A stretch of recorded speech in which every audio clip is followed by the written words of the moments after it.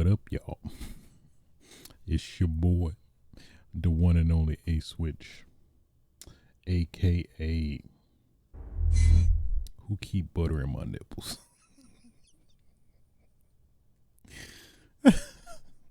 aka um. Let me put some fruit snacks in your yogurt, make it taste good.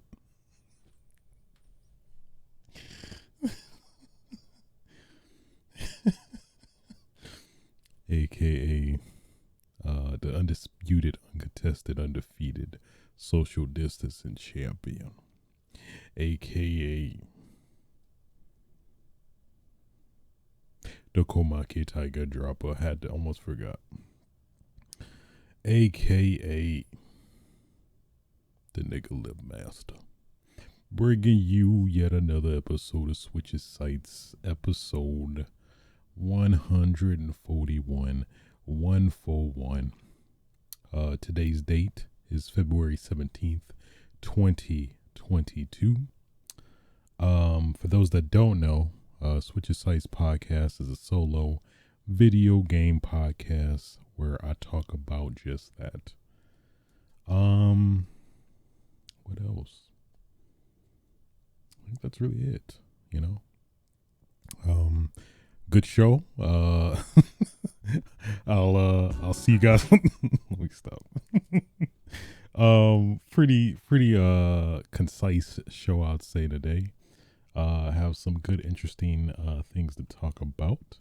But you know, I'm not gonna keep you any longer than I need to. So just keep that in mind. Happy Horizon Forbidden West release night day. At least in the West. It has released by now, technically. So anybody who's looking forward to that, happy for Bryson. happy Horizon Day. I still gotta catch up. What else? I think that's really it. So you know what? Let's stop the dilly-dallying and get right into it. First topic of discussion.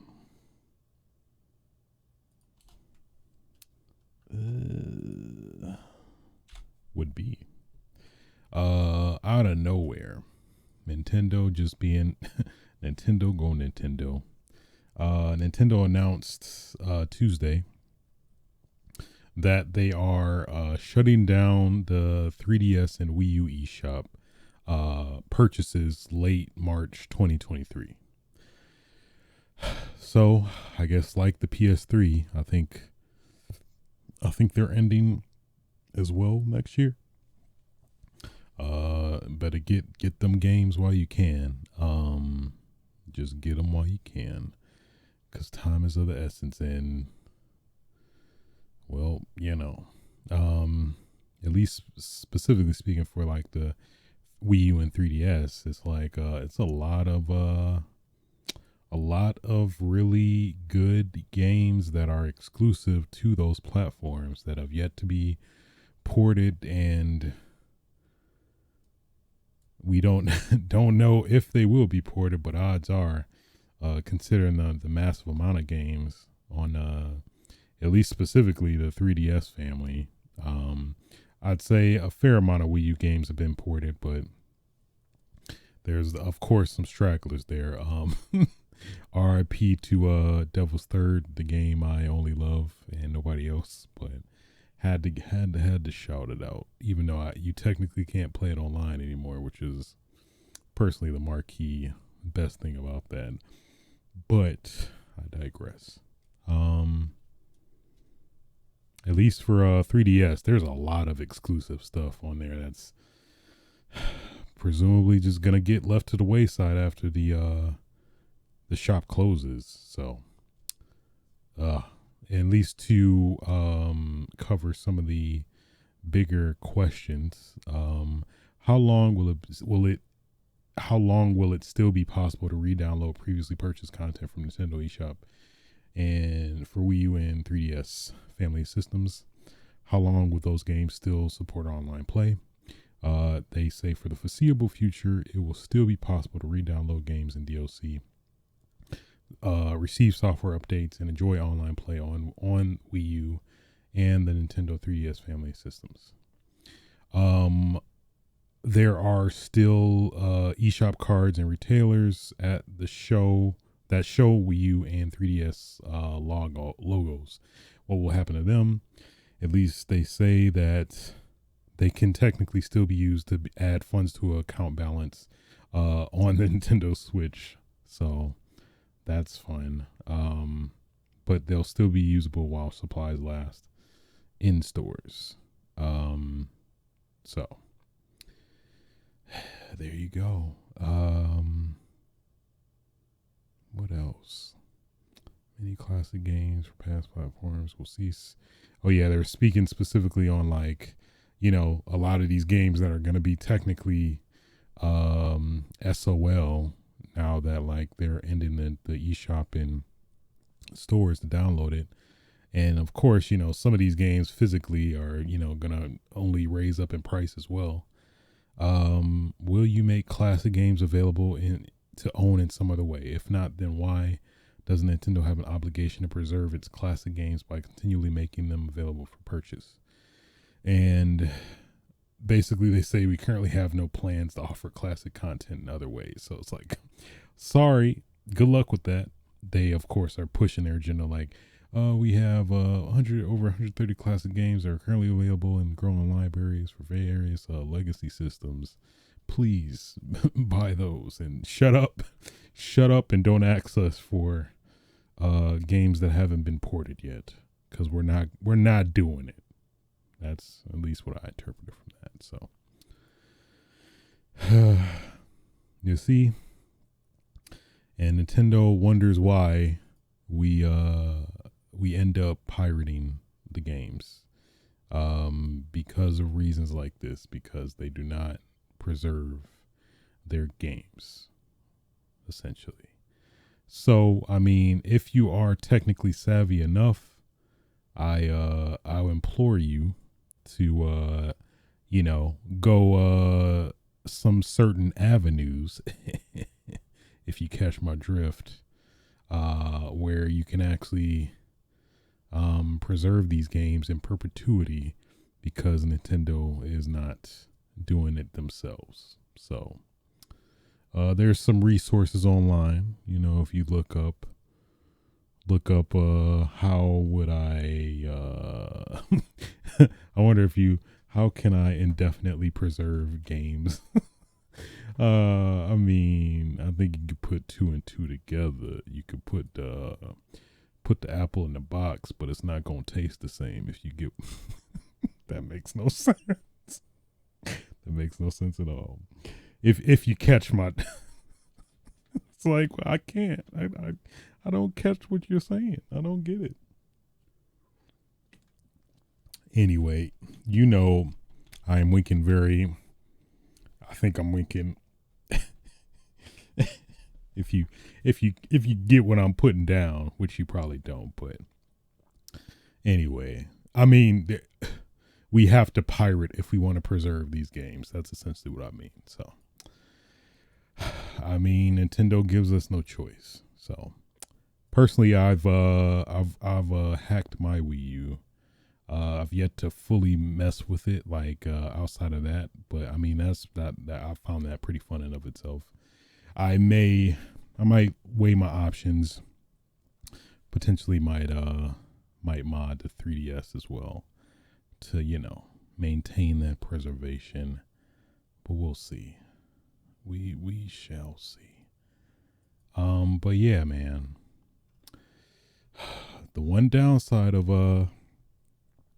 going digital, man, just who knows like when this is gonna happen in the PS4, PS5, when after the PS6 is out, Xbox. I'd say out of everybody, Xbox seems to be the best out of them all, everything considered. but I mean, even them, like in terms of the backwards compatibility, that there is a limited amount of games that are backwards compatible. So not every single game is backwards compatible, but I mean, they're doing the best they can. So this is why preservation is important. That's personally why I if you can, if you would like to support physical games, just if you can, if you care, just support it. Just let me stop. Yeah. So the clock is ticking. If you wanna get some classic 3DS games, what are some really good ones? I've really only used it for very niche purposes, mainly for Monster Hunter and Smash. I hear Timagame Tensei. I know there's a lot of pretty much exclusive titles on the 3DS for that specifically. I think Professor Layton and Phoenix Wright crossover, I know is stupid expensive on physically. Just to name a few, you know. just made me sneeze out of just sadness, you know. It's horrible. Anyway, moving on.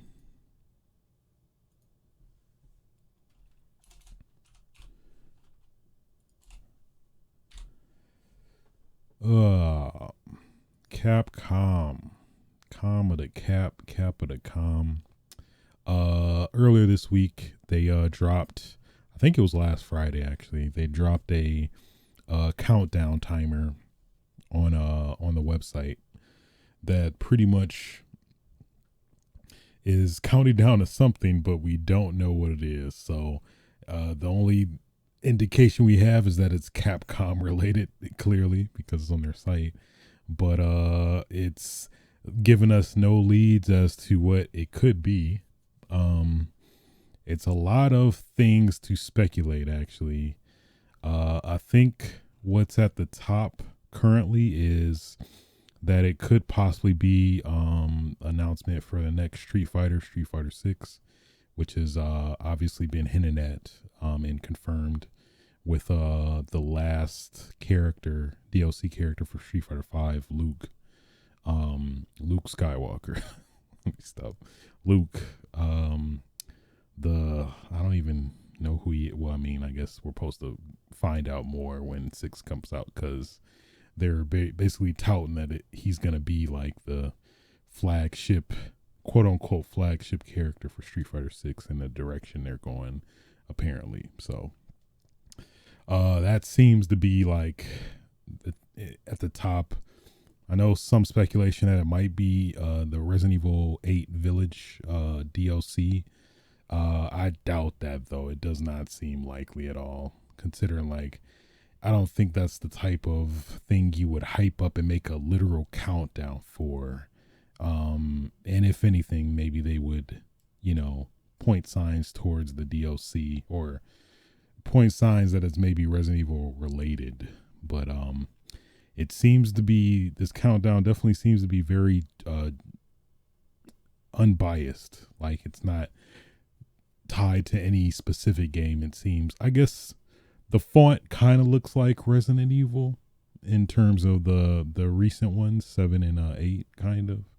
If I can speculate anything, but I don't know. I know some people were thinking maybe Pragmata, but I don't think that's the case, since that they somewhat recently pushed that back to 2023. I think before the year ended, like back in December, I want to say. So don't think it's that. I could be very ambitious and think it and only dream and fantasize that it could be Dino Crisis. Dino Crisis is coming back. Dino Crisis is being remade and coming back for more Dino Crisis. That would be cool. I would totally dig that. I'm gonna keep putting out the hope for Onimusha to come back. That would be pretty dope. Onimusha remake, or I don't know. I feel like the quadrilogy was pretty conclusive. It felt like, but I wouldn't mind either a remake or a. I feel like a remake would actually be the easiest, but I don't know. Considering they recently re-released the original Onimusha, I know there was like a kerfuffle in terms of the licensing and stuff. I don't know of the odds of that being likely, considering that like I think the game technically didn't sell too well. At least I think otherwise it would have warranted like making the second one, remastering it. So based off those incidents, is I think that's pretty unlikely. Um, I'm gonna keep putting it out there though.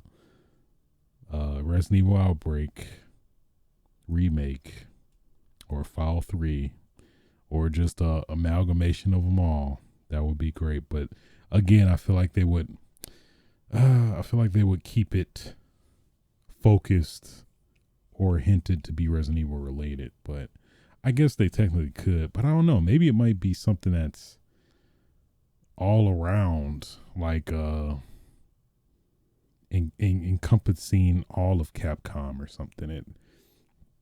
Or what I've been hearing too is that it could be a totally new IP from Capcom, which is that's kind of crazy to think. It's, I guess, outside of Progmata, there hasn't really necessarily been any new IPs from Capcom, I think, since Pragmata. But I mean, at the same time, Capcom's IPs are like so damn good and established and iconic in of itself. So I mean, I understand it also. Dragon's Dogma 2, that would be kind of cool. I dig that. What else? That's at least realistic, I guess. I don't think it'll be the Resident Evil 4 remake. It feels like it's too soon for that. If it seems like something that they would, if it does come to light, it would probably be at E3 or Summer's Games Fest, whatever it's called.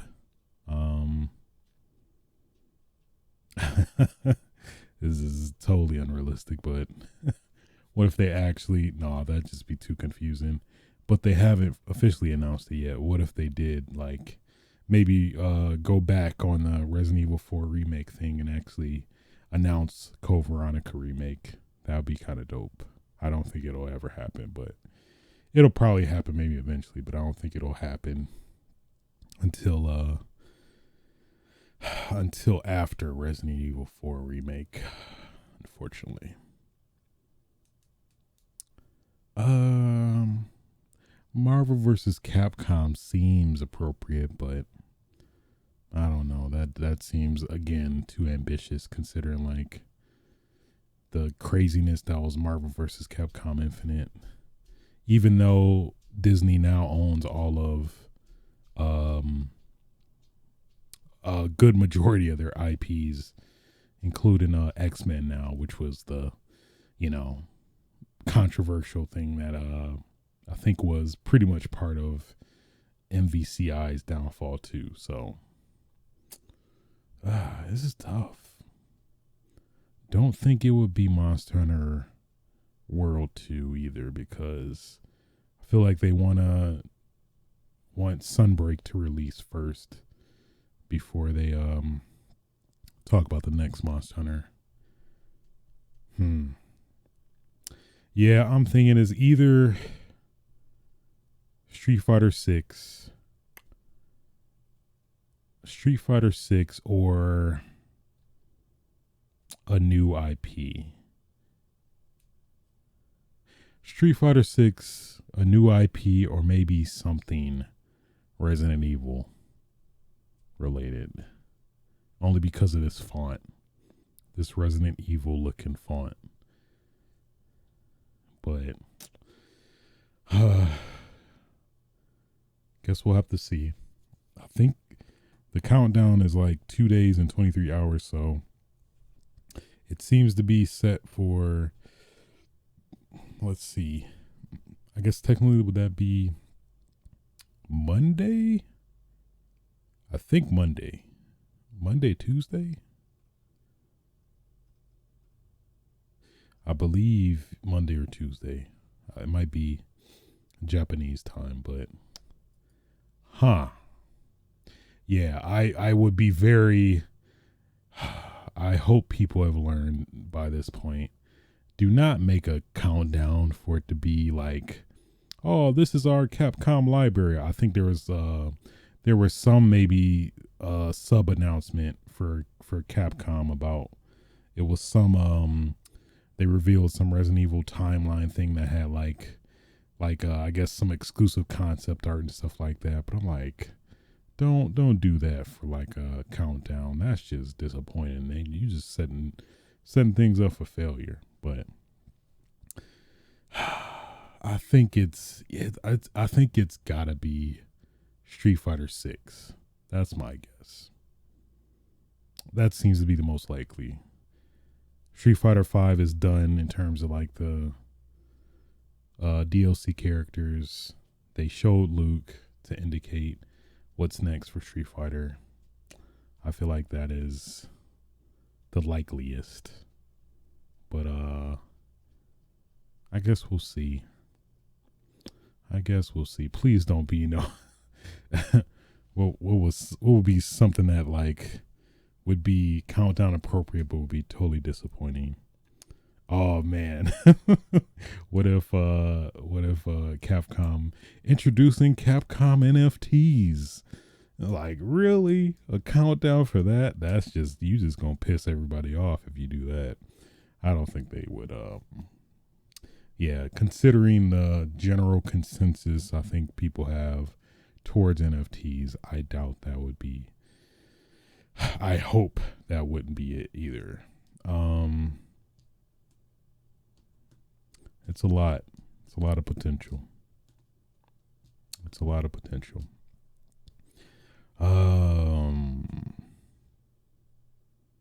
Capcom. This is very bold. But what if Capcom announced, this is very rogue. What if Capcom announced their own like console exclusively? That just doesn't make sense, though. That just doesn't make sense.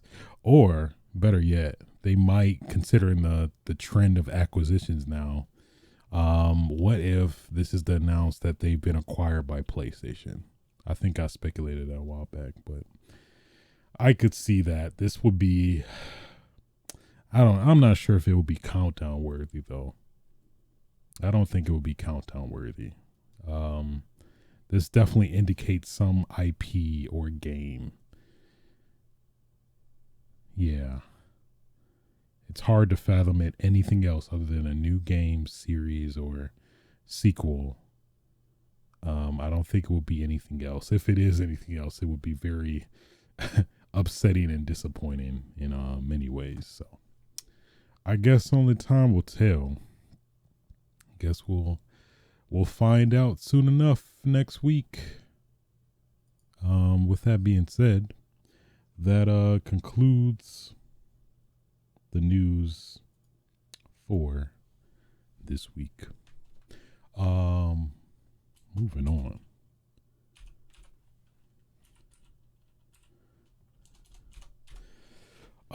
So let's get into what I've been playing, which has been I'm still at it. Thriller to Fight. Still been incorporating this game into my workout regimen. And it is fun as hell. Now getting the hang of it. I might have mentioned it last week, but I started playing with the multiplier, which I believe a multiplier is, at least according to this game, is what determines your punch strength, which I feel like playing in automatic mode, where I guess it does it somewhat realistically, I think is not as fun, because it's like I felt like there's been times like I'm punching my hardest, but it's not registering properly. But I feel now with the damage multiplier, or I forgot, multiplier in general, it feels more accurate, I guess, but also more fun. I don't think it's as encouraging to play in automatic, because it's not, you don't get that dopamine hit when you like knock somebody's lights out clean in like the first round, which I think having the multiplier definitely helps with, to keep you engaged and encouraged to keep going, rather than like, going a marathon in a round in a match. Considering though I've done the full string, I've went through the whole gauntlet of opponents successfully and knocked out each person in the first round. I mean, I'm looking into I'm looking into some contracts to get signed to out of the official boxing coalition. I don't even know what it's called. The official, is it the IFBB or something BB? See, I clearly don't know. So I try to apply. I'm like, hey man, I just knocked out all these opponents in Thriller of the Fight in the first round. So clearly, what what are we gonna do about this? Is you want to sign me now, or you want to you want to sign me now, or are we gonna just you want me to do it again and I'll show you? No, but yeah, after I did it, I did my first successful knockouts of all the opponents within the first round with a 2-time multiplier. But after I did that, I was like, man, I'm really good to go again. So I literally right after that went into another succession of taking out all the opponents, but this time I reduced the modifier. I at least reduced it by 2, so I was like at 1.92 or 1 point. I knocked it down by 2. I think it's 1.2 something. I forgot. But essentially, the plan is to keep knocking it down by increments to be a little bit more challenging, as well as I think more fun that way too. To kind of I feel like it's kind of unfair now with the multiplier I had, that like just clocking them out easily. But I mean, it felt good though, knocking them out clean, not even looking at them like I'm in a real match. VR is a trip, man. Let me just say that VR is dope. I am such a believer now. I know I've said that before, but man, now being able to have the flexibility to kind of keep consistently playing VR, at least in this way, that's actually productive towards me, like losing weight and stuff like that, that I think is really, really dope. So cannot recommend Thrill of the Fight enough. If you want to play a game that keeps you active, I feel like I see Thrill of the Fight kind of in the same way as I see like DDR, like games that are like fun to play, but at the same time you're being very active and mess around, eating right and all that might might catch up on you. It really might. So I'm digging it, man. I really am. So I definitely plan to just do this on the regular, maybe start messing with some of the other modes. I think there's like some more tricky training stuff that you can mess with too, but I think I'll just get my bearings, see how low I can go in terms of multiplier to actually consistently still keep knocking these fools out. And man, my arms have used muscles that I've never known I had that are just sore as hell, but in the best way. So I'm digging it, man. I feel like I'm becoming more and more of a boxer. Maybe got to work on the breathing, but I mean, I'm knocking them out though. I'm knocking them lights out though. I know that much. I won't be able to breathe right, but I'm I'm taking them out. I'm trying to kill. I'm trying to kill somebody in that ring. I can only think of what like because when I do it outside with all the neighbors and stuff, I can only imagine this big black man just shadow boxing like nobody's business. But it's fun, man. I don't even care. I don't even care. So cannot recommend it enough. Cannot recommend it enough. Speaking of beating up some fools, actually finally got around to playing Sifu. I think these are made by this game is made by, what is it, Shadow something? Let me look it up. Essentially made by the same people that made Absolver, but I don't think I ever got a chance to play that. Slow Cap.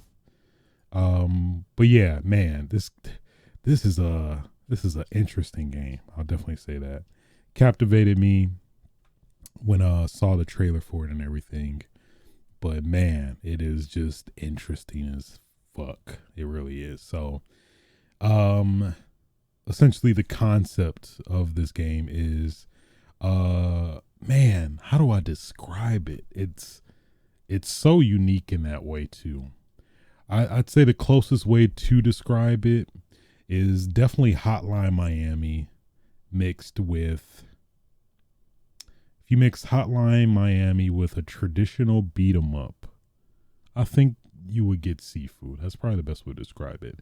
And I say Hotline Miami because Hotline Miami is a little bit more strict, but it does have the same type of flow to it, if that makes sense, where like essentially in Hotline Miami, for those that maybe don't know what that game is basically the top down like gory shooter slash puzzle game where you like basically try to figure out how to complete a level, and it's generally in a very quick fashion, and normally if you make a wrong move you're instantly dead. So it's a very much a trial and error type game, but it's like when you get it, you get it. That's I think the appeal of Hotline Miami as well as Sifu, where it's like it's a very tough, yeah, it's very similar in that respect, where it's a very tough learning curve, but once you get it, you get it, and it just clicks. Which, yeah, I think it's very accurate for Sifu. At first, it was like the first level, I was like, man, this is not bad. But then, like, getting further into it, I'm like, man, oh shit, I'm getting my ass beat right now. But it was definitely a hard learning curve, especially the second level, the club stage. Man, I'm have to say it. Sean.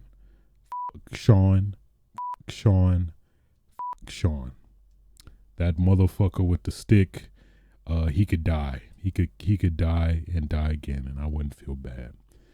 You'll know what I mean. But essentially, the end boss for the stage 2, he was such a damn bitch to get the grasp of. I don't even think I could confidently say I could still fully get him. Like, essentially the bosses have 2 phases, and this guy, like, I barely could even withstand him for the first phase initially, but then got the hang of it and didn't struggle at all at the first phase. But then the second phase is where he's just a bitch. He's just bitchy bitch because he's just annoying. His moves are hard to read and like and counter and evade. And then when you get the satisfaction of actually evading his move, when you actually can do it, he backs up like a bitch, and then he's very unpredictable in his behavior. Because like sometimes you think he's gonna sweep, he doesn't sweep, so now you dodge because you thought he's gonna sweep, but no, he doesn't. And then he hits you, and then you get damaged, and then you eventually die. Um, which also brings me to the unique death mechanic for Sifu, which is it is uh it is very unique. So basically, if you saw like the trailer, like the E3 trailers or whatever, the announcement trailer for Sifu, um, it seems like if you die, you age and like eventually come back and like I don't know train or something like that and come back to try to fight them, whatever opponent killed you, kind of in a somewhat of a Dark Souls way, but it isn't. So basically, when you die, you age, of course. So let's say essentially, very likely, if I'm playing Sean, this the boss, and I get killed, I die and I age 1 year. So you start off at 20, you die. If you die in the game, as in lose all your health, you die. You go up the age of 1 year. If you die again, and it's certain conditions in order to do this, but essentially there's like if you defeat a mini boss or what the game considers a mini boss or a main boss, at least for the bosses, if you defeat them in their first phase, you get knocked down a life as well. But the conditions are somewhat specific, but essentially if you die, your age gradually increases the faster the more times you die. So let's say if you're struggling with a boss, for example, you die, you gain 1 life, you age 1 year. If you die again, you age 2 years. If you die 3 times with this boss, you age 3 years. But let's say you actually defeat the boss, your counter would go down 1 year. So it's an interesting concept where you feel the effects of aging, but if you if you essentially suck at the boss or level, it's gonna be very tough for you to progress through the rest of the game. So it's technically 5 stages, and if you have to make it through those 5 stages essentially. So let's say you are at stage 1, you beat the boss, and you manage to beat it at age 23. So if you beat it at that age, you go to the next stage as age 23. So it's that continuity in terms of age. But the thing is, every 10 years you age, your respawning or lives go away with each year, each decade you age. So I think the max is 70. So pretty much if you get to age 70, if you die once, it's game over. So it's a interesting concept in terms of like it encourages you to ultimately replay the levels to get through the stage at a better age than you did before, which you likely will have to because the game is tough, especially considering the learning curve and the mechanics, like the parry system, which is I think technically the best way to get an advantage in this game. The timing feels very strict and consistent, at least maybe just in terms of me reacting to it. I don't know, but at least from somebody who I consider to be very, versed in games, especially, with timing and stuff, the timing seemed to be very strict, like damn near frame perfect. I couldn't do it consistently. I don't know if there's maybe some other mechanic or elements that kind of interfere with that, but yeah. So that is kind of one aspect to it. I mean, of course, there's many other ones, but that is essentially the main kind of appeal and mechanic to it. But with this age in mind, when you age, you get more power, but you lose a fair, not a lot of health, depending on your age, but it's a reasonable amount to, definitely be between life or death. So there is that mechanic as well that essentially when the older you get stronger, but you have less health, which does make sense when you kind of think about it. So that's a pretty dope kind of mechanic, I think. I thought the trailer definitely insinuated it to be different, but it technically is the same more or less. But basically, it seems to be due to this pendant you have this ability based off that. So, but overall, man, the combat is just very good when you get it. It's very fluid and like satisfying when you just countering, parrying, dodging. You could dodge if they're like using weapons, and you can make them hit the other opponents. You can catch weapons. That's like there's a skill tree you can unlock.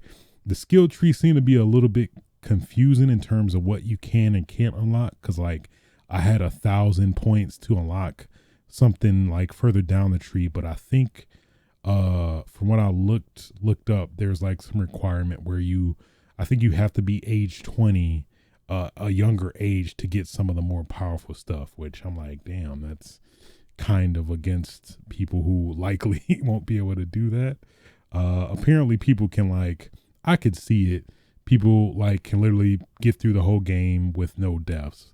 It's a hard feat. But I'm curious if these people upgraded their abilities and stuff like that beforehand, that can also factor in to make the game easier in some aspects. Like there's this focus meter which helps open up stuff against bosses, especially. A reserve meter is kind of it has this mechanic similar to Sekiro, where I think it was a stance system where basically there's health, and then there's essentially a defense gauge, where if you break the defense gauge, it's kind of somewhat similar to breaking somebody's health in a way where you get an open attack that essentially will progress it. I guess kind of like a stun meter in like Metal Gear and whatnot. So it's got a lot of interesting dynamics for sure.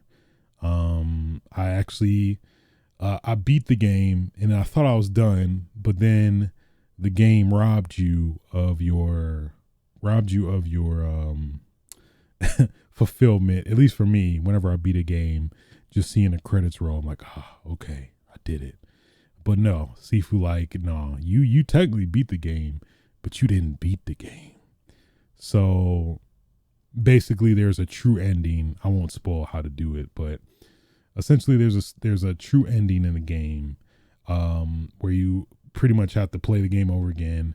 I guess it's another thing too. The game is only technically isn't that long, depending on how you play. You could, depending on your skill level and how you play, it could be either longer or shorter. And that's very dependent on skill and just learning the game. I think you'll ultimately end up playing the game at least 10 hours. But in terms of the game span, it's technically only 5 levels. And then a lot of the levels you can unlock shortcuts that even makes the game quicker, to essentially speed run. So yeah, it really depends on just your mileage may vary ultimately, but at least finally getting to the true ending, you actually get credits, and it's it's great. I mean, it was worth it in retrospect. At first, I was very this is too tough. I'm done with this. You want me to play it again? Is it even worth it? It's fairly fulfilling after actually doing it. So I am glad I did play it and get the true ending. So yeah, overall, it's pretty dope. I definitely can't deny that. I'm not sure how I would stack it up against other games coming out this year, but I think it probably would be at least in my top 10 so far. Just based off on how unique and how unique and just just how unique it is in its game design. It's just fascinating. Just how it's like something you haven't really seen before, which I'm always a fan of. So I don't know. I feel like I need some time to think about it. That's kind of how I am. I know right after I beat a game, or I generally need some time to think and reflect on it and to see how I really ultimately feel about it. But I think it's up there. It's at least definitely top 10 for so far. Considering all the craziness that's at least slated to come out, though. But we'll see. Overall, I'd say Sifu is pretty dope. I would definitely recommend it if you into especially old kung fu movies. This is this hits the spot. It really does. Yeah, it really does. It really does. And with that being said, that concludes. And you know what? Actually, real quick for Sifu, I don't know. I don't know how I feel about. I still don't know how I feel about them withholding the credits, even though you technically beat the game. I've never seen that before. It made me feel some type of way. Ultimately, the what they did worked, since I essentially I ended up playing the game again to get the true ending. But I don't know. I feel like it was under false pretenses, if that makes sense. Where it's like, you're making me do this artificially when I should want to do it, like, I guess, naturally. It's like, no, we're not going to give you the credits because you didn't get the true ending yet. But it's like in any other game, you would get the what was considered a bad ending, but still get credits to let you know, hey, you beat the game. So I don't know. I don't think this probably hasn't bothered anybody but me. But I don't know how I feel about it. I mean, I'm glad I did it, but still, I wish, just give me the credits, and then I'll try to consider playing it again to get the best true ending. I digress. With that being said, that concludes what I have been playing this week. Getting what I've been watching. Attack on Titan. Watched the latest episode. I mean, stuff is popping off. I don't think it's really worth spoiling, but events are happening. Monsters are monstering, or I mean, Titans are tightening. Tightening. Titans are tightening. I mean, it's true though. But this felt a little. I mean, it was like some very important stuff though. In terms of the Titans, what was left of the transformed Titans, and things like that. But all in all, solid episode, I'd say. I was digging the action. Some napes were being cut, so some people may or may not have been eaten. Like literally almost every, not every, but a good amount of all the other Attack on Titan episodes. So, also been saw the season finale of Peacemaker, and I guess also the previous episode 2. I don't think I covered that, but man, I guess to just put both together, man, this was a surprisingly very good show. I do recommend it. If you are a fan of the DC universe, or I mean, even if you aren't really, I think this definitely helped. Somebody, I mean, I watched a fair amount of the DC stuff, so I can't even say that, but very, very good series. I do recommend it. John Cena, man, this put him on the map. It really did. I'm not familiar with any of his previous stuff, but this definitely this definitely solidified him as like uh yet again another actor that or wrestler that transitioned successfully to the acting world. Because man, just the dumbness, charisma, just he is Peacemaker to me. As somebody who has no recollection of this character, at least before doing some research on him, this John Cena is the Peacemaker, man. This is such a damn good show, man. Uh, so there was the second to last. Kind of forgot what last to the last second to last show, but at least specifically because it's fresh in my mind for the finale. Man, I don't even want to spoil it because there's a lot of good stuff. Yeah, I don't think I am. I think I could still touch on some stuff, but essentially they get to the cow, of course, and some things happen, and it was kind of some surprisingly like deep, like sad stuff that. Oh, what's his name? I forgot the one guy. The hacker computer dude, generic guy. Diet beard, which is the fact of me saying, I'm like, damn, that's kind of, it makes me feel sad now, but you would get the context of seeing the finale. But Peacemaker is really good, man. Can't wait to see what they do with the next season. I think they confirmed it.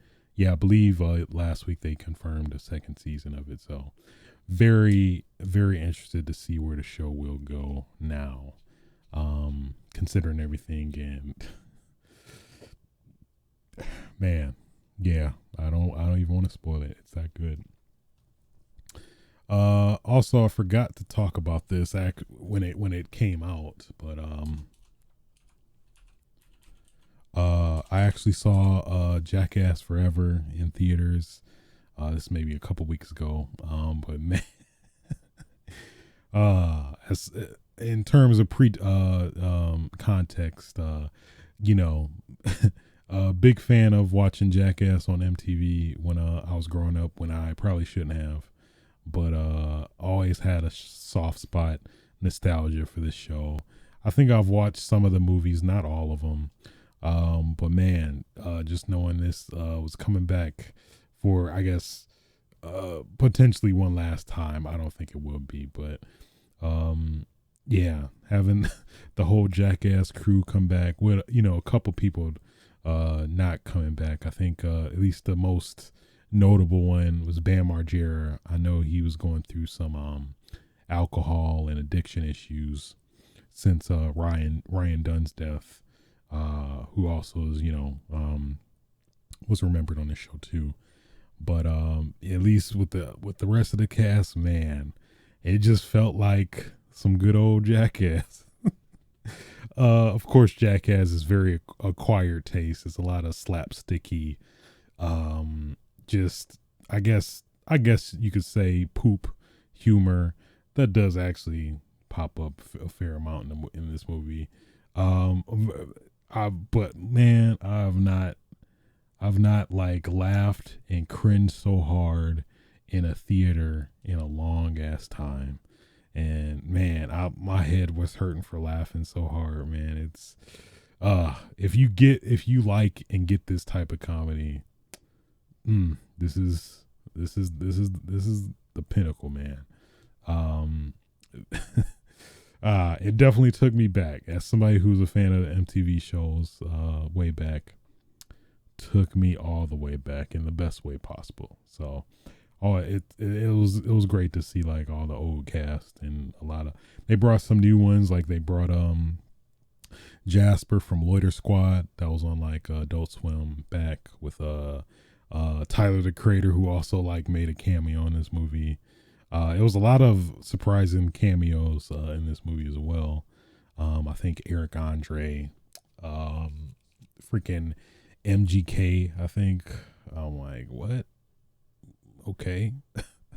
But man, especially the material, some of these pranks One that was really dope, I think was very creative. Uh, what was it? I think it was they were tricking them with one prank, but it actually turned out to be another one where there was some snake that they were legitimately just gonna take a snake bite and get the get the serum after, but they changed it where that was the understanding, but they finagled these two groups of the crew in these rooms, and they just shut the door on them and just complete darkness, and they got the impression that they're stuck in the room with the snake as well. So now they're freaking out, and then but it was very much a psychological type of fear, where it's like complete darkness, but then you had some of the crew with night vision goggles on, and then just like throwing snake replicas and just fucking with them in all types of ways. That just was the funniest, just funniest shit ever. So stuff like that is just, it's like, man, I kind of miss it, but it was really good to come back and just take that trip down laugh lane. Just, I don't know, just jackass lane, I guess. A lot of the stuff after, it's so much stuff that I don't want to spoil, but if you're into that type of stuff, I do recommend it. Jackass is back. It really is. Well, at least for one last time. It was a trip, man. Love it. Loved it. Also, shamefully, I'm kind of embarrassed to admit this, but I've unfortunately got back into reality TV. I'm sorry to admit, but straight up binged this show on Netflix called Love Is Blind. So essentially, the concept is basically, that of course it is Love Blind, where the concept is basically there's the show starts out where there's like a even set of men and women, but they're both confined on two sides of the, I guess, presumably the building they're in, and they stay kind of like similar to like a reality show kind of setting, but they're specifically separated, so all the men are together, all the women are together, but the concept is that the men and women do date each other, but they cannot see each other at all. They can only talk to each other in these pods where it's essentially just a wall, and they're just talking to each other through these walls and getting to know one another and stuff like that.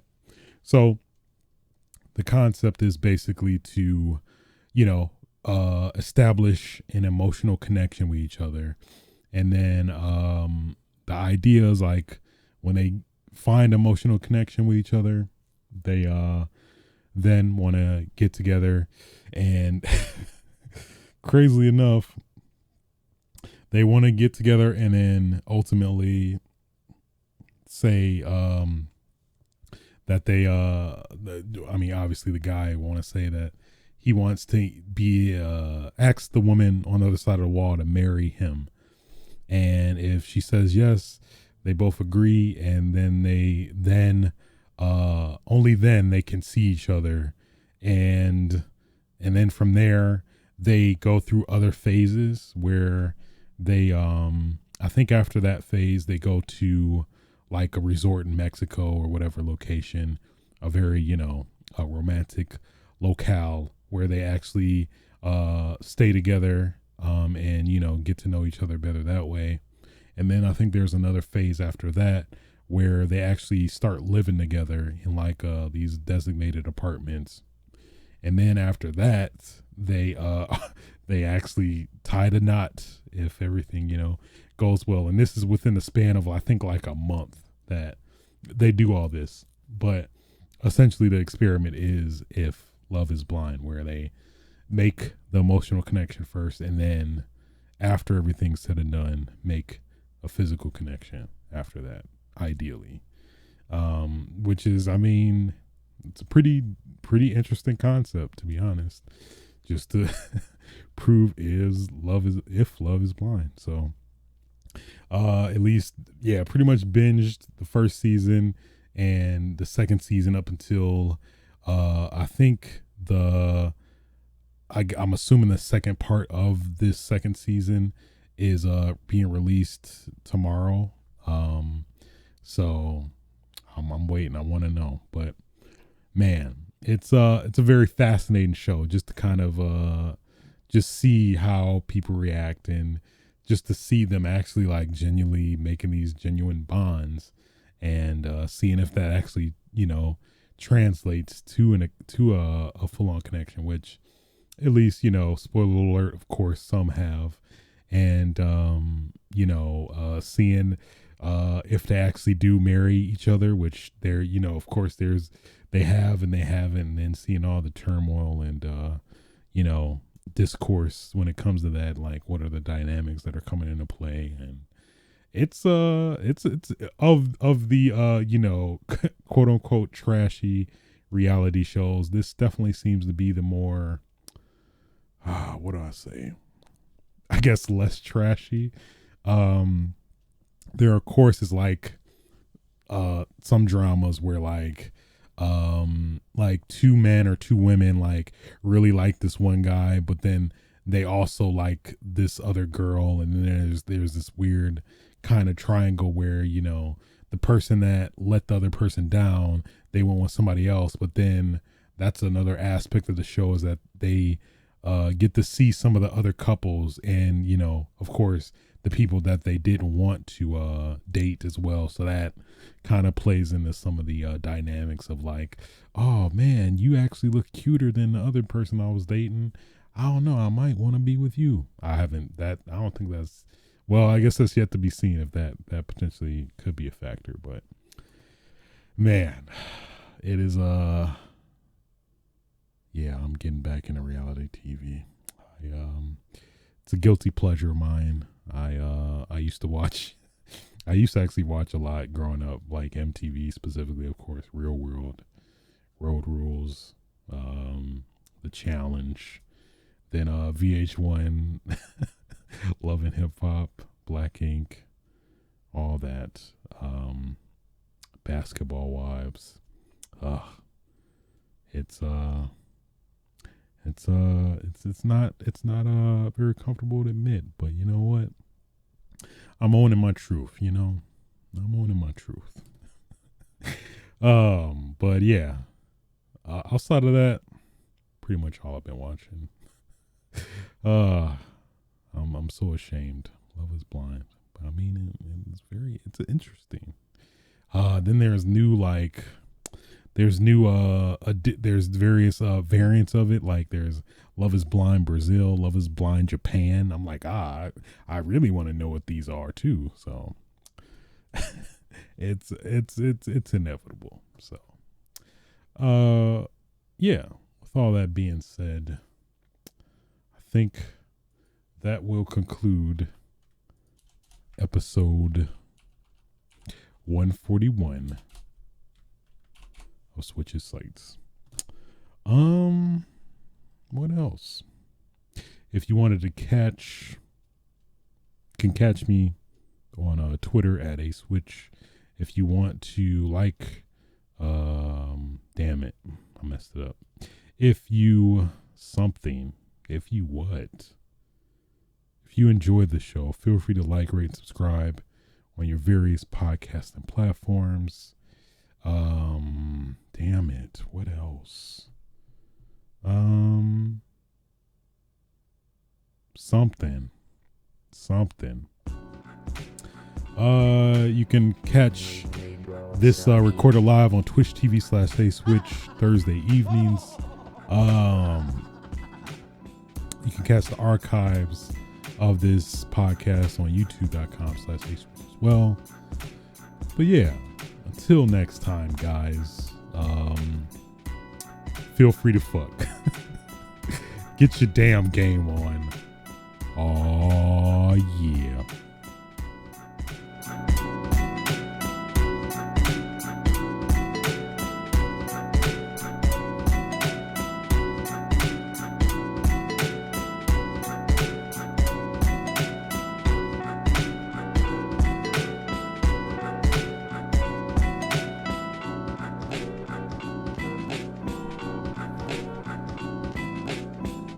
Nobody's safe.